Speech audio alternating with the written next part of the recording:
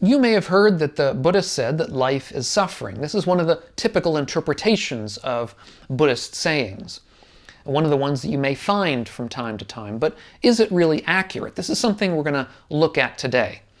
If you're new to this channel and interested in living a wiser and a kinder and a calmer life, consider subscribing to this channel and click the bell down below if you want to receive notifications when I come out with new videos.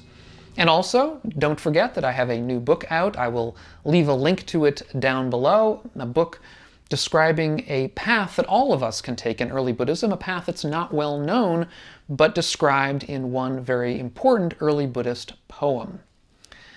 So, life is suffering. Did the Buddha actually say such a thing? Now, as I say, this is something that a lot of people come to Buddhism believing that Buddhism says, and the problem with it is that it seems obviously false, right? I mean, so much of life is anything but suffering. We have wonderful experiences, at least I'm sure you have, almost all of us have, during our lives. Great things that we've done, great places we've been, things we've seen, people that we love and interact with and enjoy spending time with, music perhaps, other kinds of entertainment that we've been through, all kinds of things, work we've done even. And we might say, so anybody who says that life is suffering, well, they're being foolish. It seems pessimistic, it seems depressing. It's the sort of thing that seems like it's going to turn people off of Buddhism, and indeed it does. I think this understanding of what the Buddha is supposed to have said is the sort of thing that most people will read and be turned off. They're not going to understand what's going on here. And indeed, the wonderful Buddhist teacher and meditation teacher and scholar Bodhipaksa, he has a website and a book called Fake Buddha Quotes. And this is indeed one of the fake Buddha quotes that the Buddha claimed that life was suffering. I'll leave a link to that webpage down below if you're not familiar with that particular page and what he has to say about it. But as with many persistent misinterpretations, there is a grain of truth to it. In other words, there's something that's being got at with this incorrect expression of life being suffering. And I think what I'm going to do in the rest of this video is to sort of try to unpack what's really beneath all of this life is suffering nonsense. So to begin with, what did the Buddha have to say about suffering? Well, the word in Pali, the word that we're translating suffering, is the word dukkha. Dukkha is a very, very big and important word in Buddhism. Now, you will hear some people say that dukkha doesn't mean suffering. That's not true. In fact, if you look at a dictionary of Buddhist terms, suffering or similar kinds of terms are indeed one translation of the word dukkha. So yes, dukkha can mean suffering. However, I think in its depth, the term is probably best left untranslated, because there are a lot of nuances around the word dukkha that are difficult to express in a single English term. We can use a term like suffering, but as I say, that's misleading in certain respects, which we'll get into. Probably the best translation of it in general when it's used in Buddhism is a word like unsatisfactoriness. So dukkha is sort of talking about unsatisfactoriness in certain respects of our lives. Now that said, probably the best place to start and get a full picture, or at least begin to get a full picture of what dukkha means in early Buddhism, is to look at its expression in the First Noble Truth, which is where the Buddha really talks about dukkha in the most compact way. Now I have a video on the First Noble Truth, which I will leave a link to down below in the notes, where I go into this in more detail. But for the purposes of this video, what we want to do is at least consider what what the First Noble Truth says. So what it says is, and here I'm leaving the term untranslated, this is the noble truth of dukkha. Birth is dukkha, aging is dukkha, illness is dukkha, Death is dukkha. Union with what is displeasing is dukkha. Separation from what is pleasing is dukkha. Not to get what one wants is dukkha. In brief, the 5 aggregates subject to clinging are dukkha. So that is indeed a lot of dukkha. But if we look at the beginning of this First Noble Truth, we see that he's listing a number of things that are parts of life. They're not all of life, but parts of life that we all have to go through. We're not going to escape birth. That's what got us here. We're not going to escape illness. We're not going to escape death. Perhaps we can escape old age, but that's only by dying young, which is really not the best kind of solution. So these are things that really implicitly are unavoidable parts of life. And that is one of the important things that the Buddha has to say about dukkha, however we translate that term. I would say unsatisfactoriness. The unsatisfactoriness of life is that there are extremely difficult parts of it that are literally unavoidable. We can't always be united with what we enjoy, what we appreciate. We can't always be separated from what we don't like. We're not always going to get what we want. And these are implicitly parts of life that we have to deal with, and they're not satisfactory.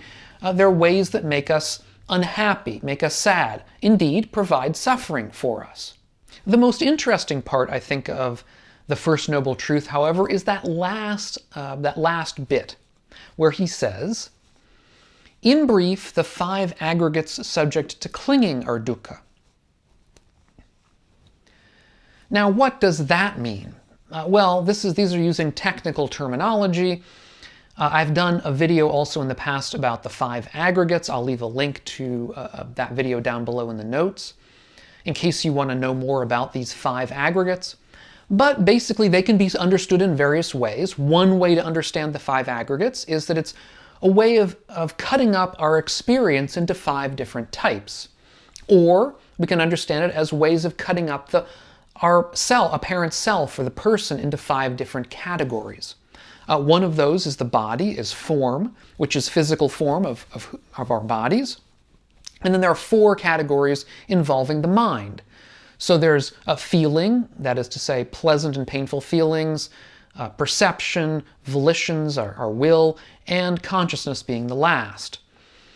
And so we can understand ourself as being split up into these 5 different things, or we can understand our experience of the world as being encompassed by one of these, or one or the other of these aggregates. In particular, form, the first aggregate, which I say represents our body, form can also represent all of physical form around us. The physical forms, the physical objects around us all come under the category, the aggregate of form. So when he says that these 5 aggregates subject to clinging are dukkha, that includes objects around us, everything that we see, everything that we interact with, everything that we touch. And indeed, in our consciousness includes awareness of all aspects of our sensory experience. So it's not only what we hear and what we feel and see, but also what we smell and taste and so on, what we think about.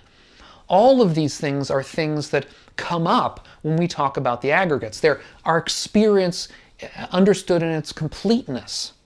But here we have to be careful, because the Buddha doesn't say that all of these 5 aggregates are dukkha.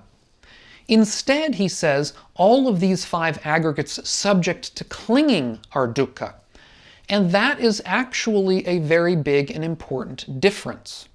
That is, these 5 aggregates, or we might even say all of our experience, is dukkha, is unsatisfactory, insofar as we tend to cling to it, insofar as it's subject to our ordinary tendency to cling to things, to want them to persist, to want the things that we enjoy to persist, or to react against, to be aversive to those things that we find unpleasant, which is the flip side, but really the same point being made. We also, in the same way, identify ourselves with certain aspects of reality. That's an aspect of clinging, is to identify ourselves with those things in our experience that we find pleasant. So we think of ourselves perhaps as, a lover of classical music, for example, right? I mean, as opposed to somebody who only likes popular music, right? I mean, that is an example of clinging or identifying ourselves with a certain aspect of the world that we find, or a certain experience that we find pleasant, and against another experience that we personally don't find pleasant. I mean, of course, somebody else is going to have the opposite experience, but that's not important. The important thing is that each of us has our own experience, and so clings to our own parts of the world that we think are who we are, that make up who we think we are. So when someone says something like, life is suffering, or life is unsatisfactory even, they may mean different things by the word life. But I think ordinarily what's trying to be expressed in such a statement is that there's no escaping it. That life is irredeemably unsatisfactory, that life is always suffering, that there's no aspect to life that isn't suffering, and so there's no way out. And this is what makes it seem on its face so depressing and incorrect, the sort of thing that we want to reject, the sort of thing that we don't find pleasant to hear about. But it's also not the Buddha's message at all. Because for the Buddha, there's a reason why life is or appears unsatisfactory. It appears unsatisfactory because it's subject to clinging, because all of our experience, all of these aggregates, as I've mentioned, are the sorts of things that we identify ourselves with and cling to. However, there's also a way out that the Buddha provides or discusses. That's the point of the Buddha's teaching, is to say, yes, life as it appears to us right now is unsatisfactory, but that's because of our own tendencies, our own internal tendencies. And if we can find a way to overcome those internal tendencies, to minimize them through practices of various kinds over a long period of time, we can find that life becomes, well, in a way, more satisfactory. And this picture can give us real hope, that life is not hopeless at all, but rather there is indeed a path of practice that can take us towards true happiness, which involves our being able to overcome our tendencies towards craving and clinging and identification with the world in various respects. It's a long path, it's a gradual path, it takes time to practice, but I think we can see the benefits of it relatively quickly. Even if there's small benefits here and there, they do show up more and more. And on this same issue, I did an earlier video about the fact that the First Noble Truth, in certain ways, can be seen as liberating. Once we get to know this noble truth I've been talking about, this noble truth of unsatisfactoriness, we can actually find it to be more liberating than we might have otherwise thought. And there's an early story from the tradition that goes into the reason why it might be seen as liberating. And I did an earlier video on that. I'll leave a link to that video up here on the screen. Thanks so much to all of my patrons over on Patreon. I wouldn't be able to do this without you. And thanks to all of you for watching, and we'll catch you on the next video.